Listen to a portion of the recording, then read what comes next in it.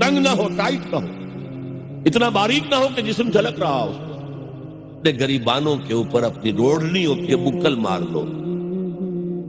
تاکہ نسوانی حسن کا ایک بڑا حصہ ہے یہ چھاتی جو ہے، اس کو اور ایک کور ایڈیشنل مل جائے، کرتا تو ہے ہی، تو وہ سر پر بھی ہو اور اس کا ایک بکل جو ہے تمہاری سینے پر بھی آئے، ایڈیشنل کورنگ۔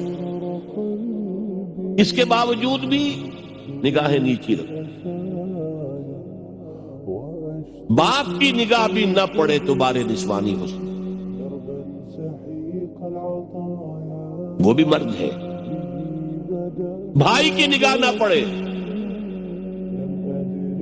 اہل ایمان تم بھی اپنی نگاہیں نیچی رکھو، اور اہل ایمان عورتوں تم بھی اپنی نگاہیں نیچی رکھو۔ اور آج انسسٹ جو ہے، باپ کا بیٹی سے ملوث ہو جانا اور بیٹے سے ماں کا ملوث ہو جانا اور بہنوں اور بھائیوں کے درمیان، یہ اس قدر پھیل چکا ہے۔ یہ ہے 3 پردے ہیں مسلمان عورت۔